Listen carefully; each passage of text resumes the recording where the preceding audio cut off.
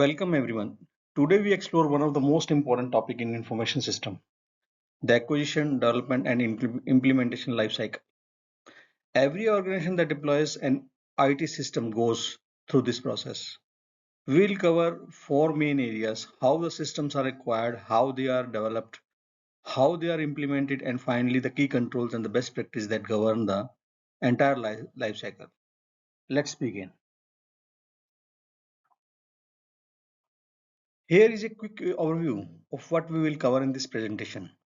First, the information system acquisition, the process of identifying what the organization needs and procuring the right system.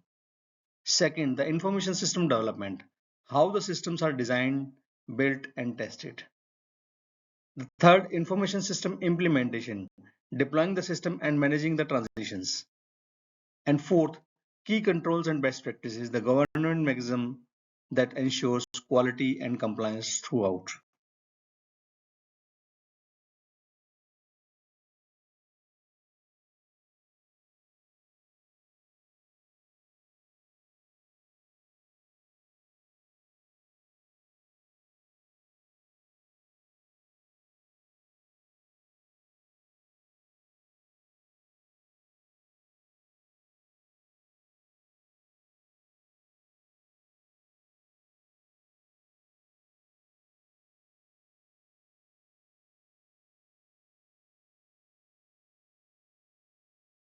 Information system acquisition.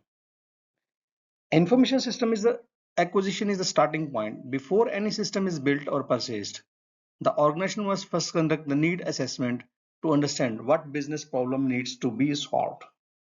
This is followed by the market research to explore available solutions, commercial software, cloud services and outsourcings, etc.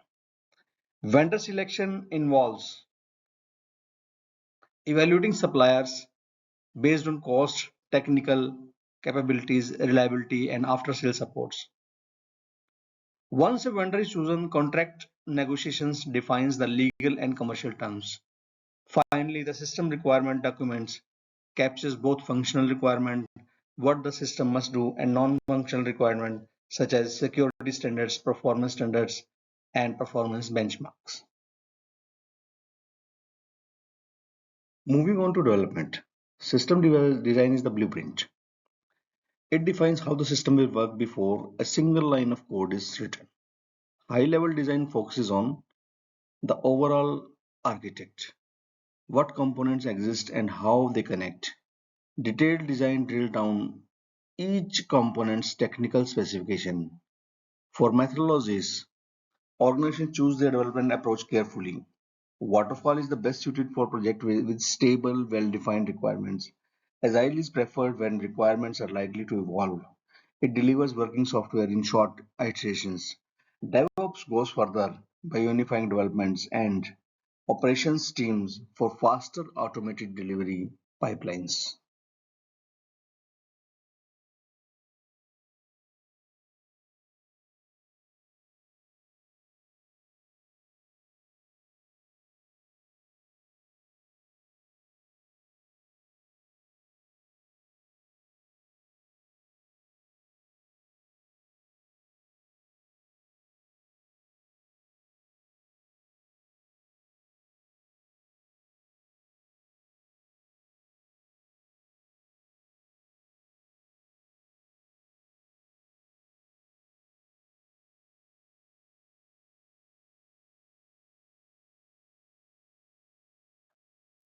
For more simplification of the development models, this is the comparison table where we have discussed so many models. It's a waterfall model. It's a sequential and predictive. It's a rigid product with completely fixed and unchangeable requirements, usually done in the banking or government systems.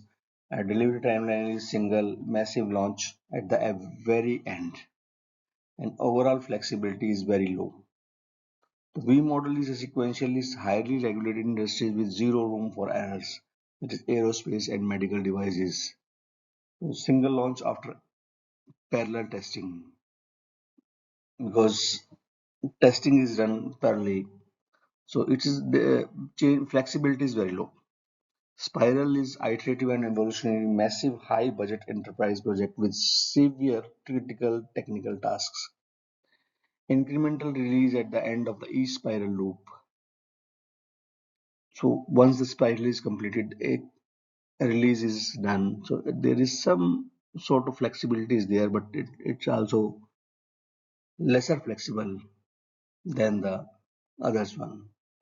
Prototype is iterative and evolutionary. Project where the clients have no clear idea about what the system would finally look like. It's continuous prototyping until the final plan is set up. So highly flexible. R&D is iterative and evolutionary. First, turn around business apps with a flexible user interface. Heavy components are required. Rapid and iterative prototypes drops. It's highly flexible. Scrum and Kanban, agile and adaptive. Most modern commercial softwares like SaaS apps, mobile apps, and e-commerce. Small apps, frequent functional updates every 1 to 4 weeks, very high. And Lean is agile and adaptive, reduces strapped technical startups, building a minimum viable product, accelerated waste-free, rapid fire releases, and flexibility is very high.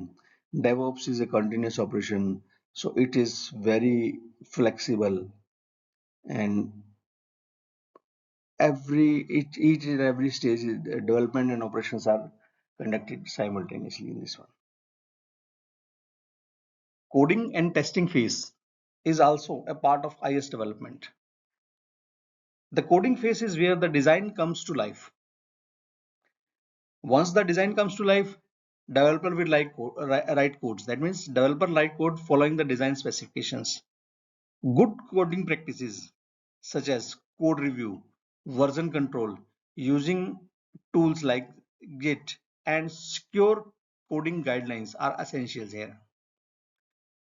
Testing is also equally critical and happens at four progressive levels: unit testing, integration testing, system testing, and user acceptance testing.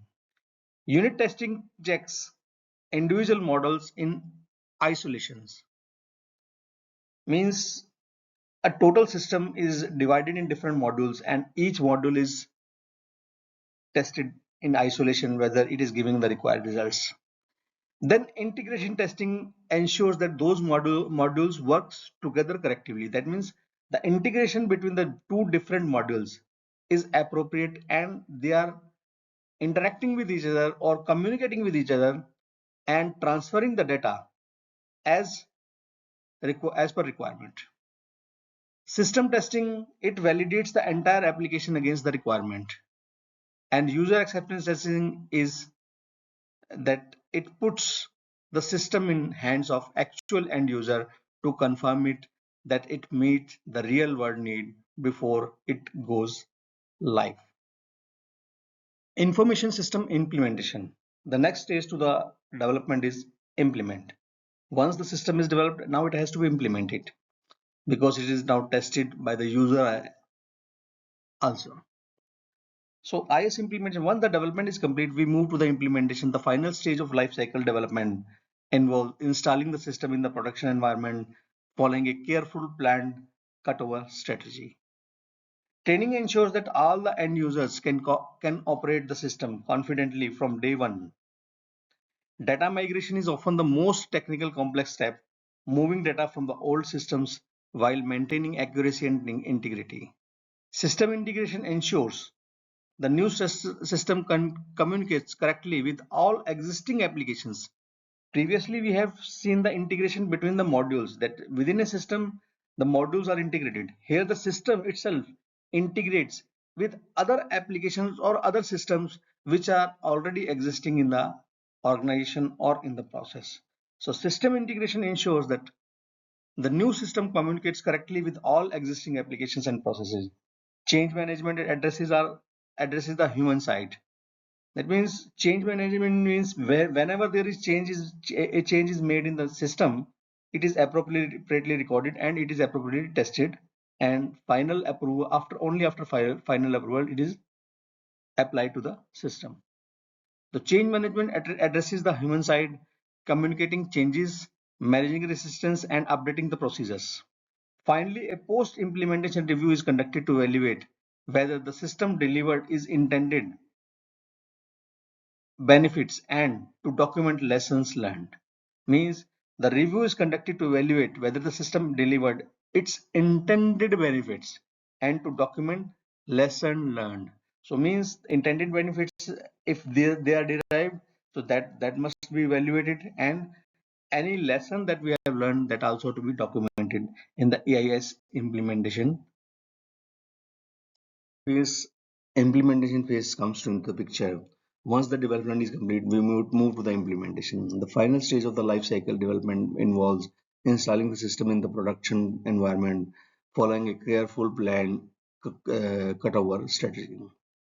Training ensures that all the end user can operate the system confidently from day one. Data migration is often the most technical complex step, moving data from old system while maintaining accuracy and integrity.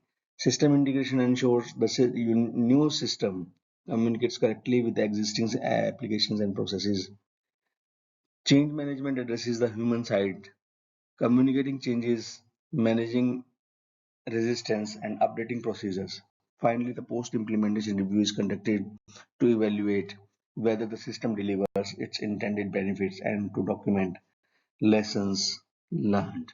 Thank you. The final area covers the key control and best practices that govern the entire life cycle.